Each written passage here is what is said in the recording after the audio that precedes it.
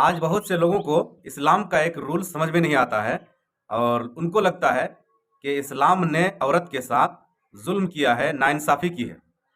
और वो ये है कि इस्लाम में एक मर्द को एक साथ 4 बीवी रखने की इजाज़त है, लेकिन एक औरत को एक साथ 4 शौहर रखने की इजाज़त नहीं है। ये रूल लोगों को समझ में नहीं आता है कि इस्लाम ने आखिर ये नाइंसाफ़ी क्यों की है, ऐसा रूल इस्लाम ने क्यों बनाया है। तो आज मैं इसी एतराज़ का जवाब देने के लिए आया हूँ। अगर इसको आप सभी संजीदगी से सुनेंगे और इसको समझने की कोशिश करेंगे तो आपको यकीनन ये बात समझ में आ जाएगी कि इस्लाम का ये रूल, इस्लाम का ये रेगुलेशन बिल्कुल सही है और हिकमत से भरा हुआ है। देखिए, इस्लाम में एक मर्द को 4 बीवी रखने की इजाज़त दी है, हुक्म नहीं दिया है, फ़र्ज़ नहीं है 4 बीवी रखना, बल्कि इजाज़त है। अगर आपके अंदर इतनी जिम्मेदारी उठाने की क्षमता है तो आप 4 शादी कीजिए, नहीं है तो मत कीजिए। एक ही शादी पर इक्तिफा कीजिए या 2 कीजिए, उससे ज़्यादा मत कीजिए। जितनी क्षमता है उतना ही कीजिए, और अगर क्षमता नहीं है तो एक भी शादी मत कीजिए। इस्लाम का यह भी रूल है कि अगर निभाने की क्षमता नहीं है, बीवी को और उसके बाल बच्चों को खिलाने की ताकत आप में नहीं है, या जिनसी ताल्लुक कायम करने की ताकत आप में नहीं है, तो शादी मत कीजिए। और यह भी कहा गया है कि अगर आप में जिनसी ताकत बहुत है लेकिन औरत को उसके बच्चों को खिलाने पिलाने की ताकत आपके अंदर नहीं है, तो आप शादी मत कीजिए। आप रोज़ा रखिए और जिनसी ताकत को काबू में रखिए। इस तरह से कहा गया है। तो आइए चलते हैं उस एतराज़ की तरफ कि इस्लाम में एक मर्द को 4 बीवी एक साथ रखने की इजाज़त है, लेकिन एक औरत को 4 शौहर रखने की इजाज़त क्यों नहीं है।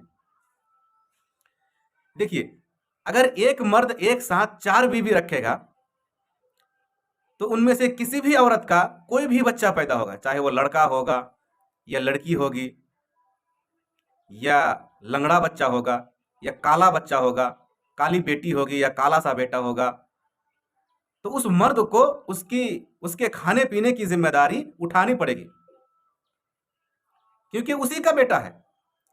चारों बीवी में से किसी को भी किसी भी तरह का बच्चा पैदा होता है, चाहे वो लड़का पैदा होता है या लड़की पैदा होती है, काला बेटा या काली बेटी, लंगड़ी बेटी या लंगड़ा बेटा पैदा होता है, तो उस मर्द को उसके खिलाने पिलाने की जिम्मेदारी उठानी पड़ेगी और वो उठाएगा ही।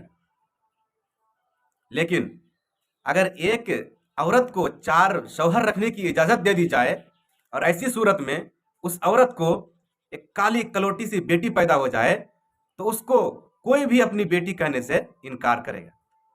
कहेगा क्या कि ये मेरी बेटी नहीं है। अगर एक लंगड़ा बेटा पैदा हो जाए तो चारों शौहर में से कोई भी नहीं कहेगा कि ये मेरा बेटा है। आपको क्या लगता है, इस्लाम ने गलत किया है? बिल्कुल नहीं। अगर एक लंगड़ी बेटी पैदा हुई है, कोई भी उसको औलाद मानने को तैयार नहीं होगा।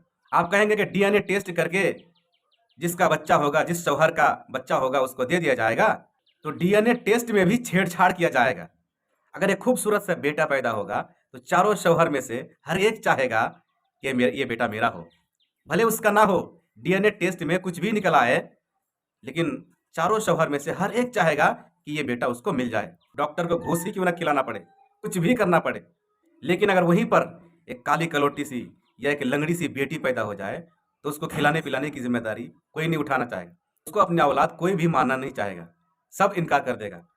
या अगर डीएनए टेस्ट की बुनियाद पर उन चारों शौहरों में से किसी एक को वो लंगड़ी सी बेटी थमा दीजिएगा, तो वो जिंदगी भर उसके साथ नफरत करेगा। पता नहीं डीएनए टेस्ट सही था कि गलत था, ये मेरी बेटी है कि नहीं है। यानी कि बहुत तरह का झोल है अगर एक औरत 4 बीवी, एक औरत 4 शौहर रखेगी। लेकिन अगर एक मर्द एक साथ 4 बीवियां रखेगा तो उनसे जो भी जिस तरह की भी औलाद पैदा होगी, बेटी हो या बेटा हो, लंगड़ा हो, लूला हो, अंधा हो, हर तरह की औलाद को उसको एक्सेप्ट करना ही पड़ेगा, क्योंकि उसी का है। उसके अलावा किसी और मर्द का तो हो ही नहीं सकता है। तो इसलिए इस्लाम ने इस तरह का रूल बनाया है कि एक मर्द एक साथ 4 बीवी रख सकता है, लेकिन एक बीवी एक साथ 4 शौहर नहीं रख सकती है। उम्मीद है आपको ये बात समझ में आ गई होगी, और अगर आपको मेरी बात अच्छी लगती है तो इस वीडियो को लाइक कीजिए, मेरे चैनल को सब्सक्राइब कीजिए और इस वीडियो को ज़्यादा से ज़्यादा शेयर कीजिए। धन्यवाद।